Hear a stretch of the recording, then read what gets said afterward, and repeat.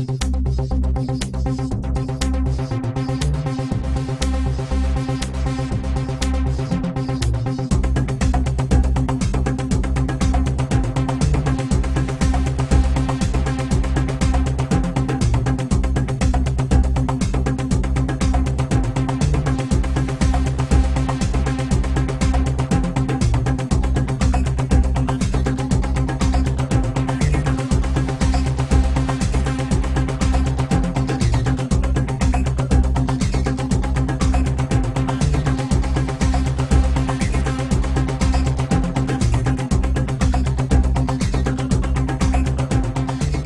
Scott McGinnis from Armsport Videos. Welcome to the Battle Atlantic right-hand heavyweight championship match between Sean Ross and Mark MacPhail.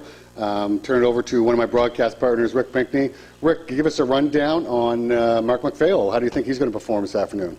Well, Mark's bread and butter is his fast hit right off the go. So that's what he depends on. He wants to get in there, get over and done with as fast as possible. And a lot of times he'll lose his wrist, but that doesn't bother him in the slightest. He doesn't mind giving up his wrist and going for the win that way. Okay, great. And turn it over to the other member of our broadcast team, Eddie McClellan. Eddie, give us a rundown on Sean Ross's style and how do you think it's going to go for him this afternoon? Well, I think Sean's got to really put a lot of pressure on Mark's hand, keep control of his hand, and he's going to be able to, or going to have to absorb Mark's fast hit. And if he can get Mark turned in, I think it's all over for Mark. Oh, great. Listen, okay, thanks, guys. I appreciate your insight, and let's get right to the matches. All right, good afternoon. Welcome to the Battle Atlantic right-hand heavyweight championship. Now you can see Sean Ross, three-time Nova Scotia champion, lining up against Mark MacPhail. Up next in the lightweight, Will Sardi.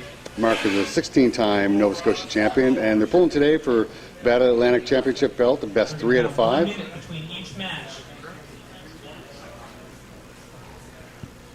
Looks like the referee's having a little bit of trouble getting the guys squared up and ready to go. Mark's real particular with his grip on the start. He wants to get in a certain way. Sean has developed a really strong hand, and I think Mark's trying to figure out a way just to kind of get around that so he can have a better hit off the go.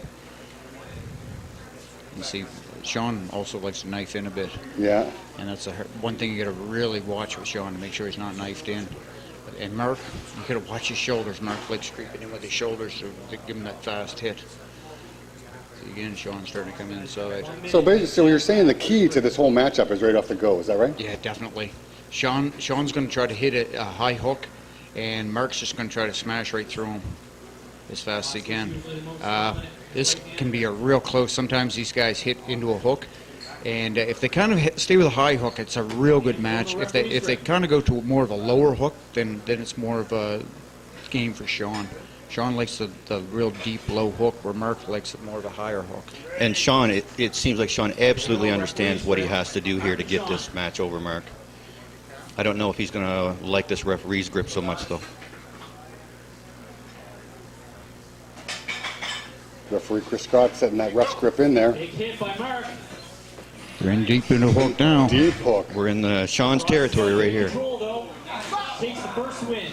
Sean Ross. Sean pulls him back. Good Wow, match. that was impressive. I mean, Mark got his hit in, and here we're seeing the replay, and Sean was able to stop that and drive right. But when you look at how Sean worked him down, Sean kind of posted up a little, drove Mark's hand down further on his arm, and that was the reason he was able to pull him back so easy. He was able to drive Mark further down on his hand. You see there where Sean's pushing, or Mark's pushing his hand into the side of Sean's forearm, and Sean's got a really short forearm, so any amount you can push that person down gives you that much more leverage when you're in Sean's position. Yeah, and Mark's 2 fingers were right off of his wrist there too. He had real good control. So Sean up 1-0. We're into match number 2. So does Mark have to change anything in match number 2 against Sean? I don't think Mark can top roll with Sean. I think Sean's hand's too good, although he has been known to kind of throw that in to kind of throw the person off, to throw a fake top roll in there, or sometimes even just to see if he can top roll with the person. But usually these first 2 matches he's going to go and just think, okay, that first one didn't work, I'll just try it again. But the problem with Mark is he also likes sitting up close to the front, so he's going to get an elbow foul right there. No, actually got Chris called him on the early start there before the elbow foul. And you can see Sean's kind of getting him, although he's off to the right, he's still putting lots of pressure to keep Mark's hit slowed down a bit.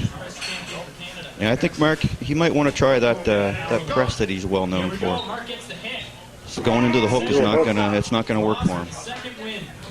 It certainly didn't there. They got into a pretty good hook, and Sean just seemed to be in complete control that whole match. Total control, and like Rick said, I don't think he can top roll Sean out of there. So if he can't top roll and he can't hook, he needs to try a press.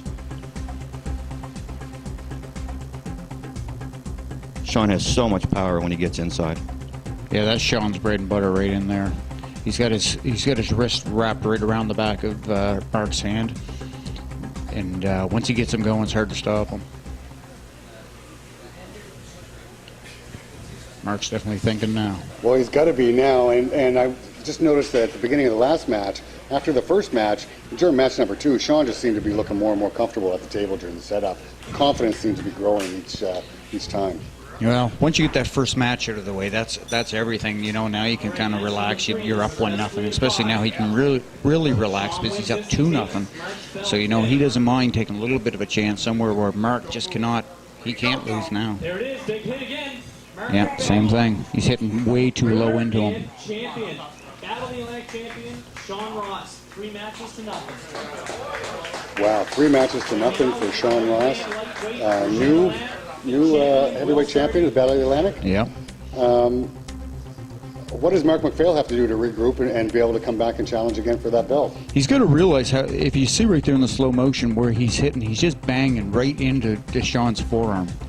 And he can't, he just cannot do that. He can't hit that low on Sean, not with a short forearm like Sean's got. He's got to be able to hit him higher into a hook. Yeah, Sean's trying to go through that ungod awful, that big forearm of Sean, and he's just not going to be able to do that. He's got to come at that from a different angle. Definitely. Okay, so look, that's the Battle of the Atlantic right-hand heavyweight champion, new champion, championship belt holder, Sean Ross. Rick, who in Atlantic Canada right now is really going to be a good challenge for Sean Ross right at this time?